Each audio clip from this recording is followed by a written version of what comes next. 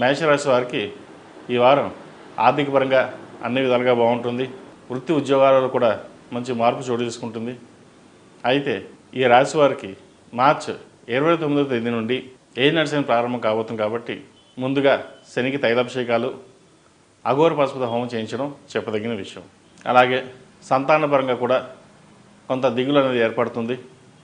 వారి విద్య పట్ల ఎలా చదువుకుంటారు, ఎలా పైకి వస్తారు అన్న ఆలోచన కూడా ఎక్కువగా ఉంటుంది. మీరు ఏమి దిగులు పడాల్సిన అవసరం లేదు. సంతానపరంగా చిన్న చిన్న ఇబ్బందులు ఉన్నా కూడా అవి తొలగిపోతాయి. మంచి ప్రయోజకులు అవుతారు కూడా.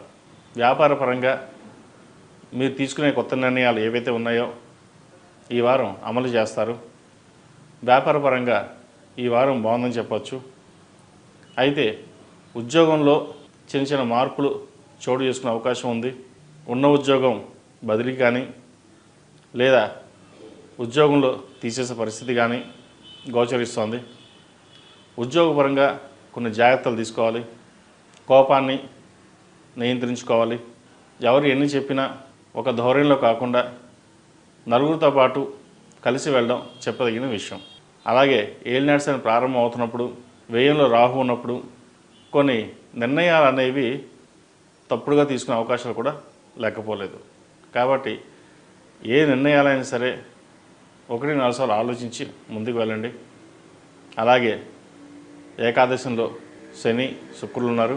జీవిత భాగస్వామితో చిన్నపాటి మాట పట్టింపులు కూడా వచ్చే అవకాశం ఉంది.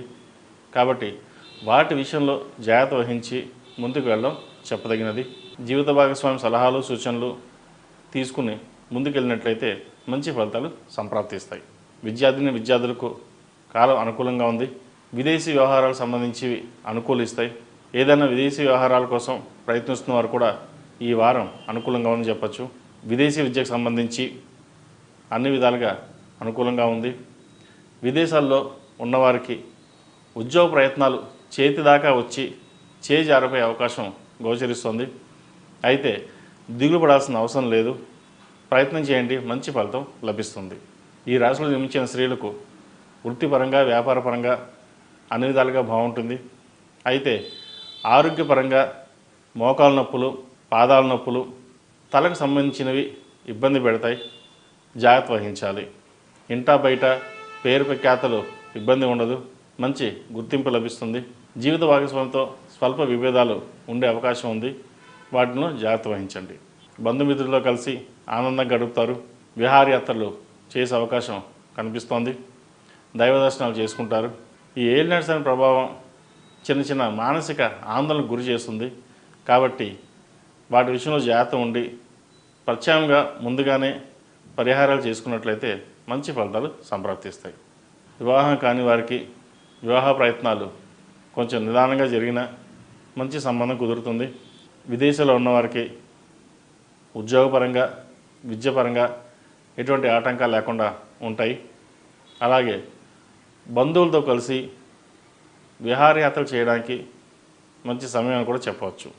అలాగే సంతానం కోసం ప్రయత్నిస్తున్న వారికి చిన్న చిన్న ఆటంకాలు ఎదురయ్యే అవకాశం గోచరిస్తుంది. కాబట్టి ఆరోగ్యం పట్ల జాగ్రత్త తీసుకుని డాక్టర్ని కన్సల్ట్ చేయడం చెప్పదగిన విషయం. మొత్తం మీద మేషరాశి వారికి గత వారం కంటే ఈ వారం బాగుందనే చెప్పవచ్చు. ఈ రాశివారు ప్రతిరోజు ప్రతినిత్యం ఓం నమో నారాయణ ఒత్తులతో దీపారాధన చేయండి. ఇంద్రాణి రూపు మెడలో ధరించండి. నరదిష్టి అధికంగా ఉంటుంది. అలాగే శనివారం నాడు, మంగళవారం నాడు ఆంజనేయ స్వామికి హనుమాన్ ఒత్తులతో దీపారాధన చేయండి. అలాగే ఆంజనేయ స్వామి దర్శనం చేసుకోవడం ఎంతో మేలు జరుగుతుంది. ఈ రాశిలో జన్మించిన వారికి కలిసి వచ్చే సంఖ్య 6, కలిసి వచ్చే దిక్కు తూర్పు, కలిసి వచ్చే రంగు మెరూన్.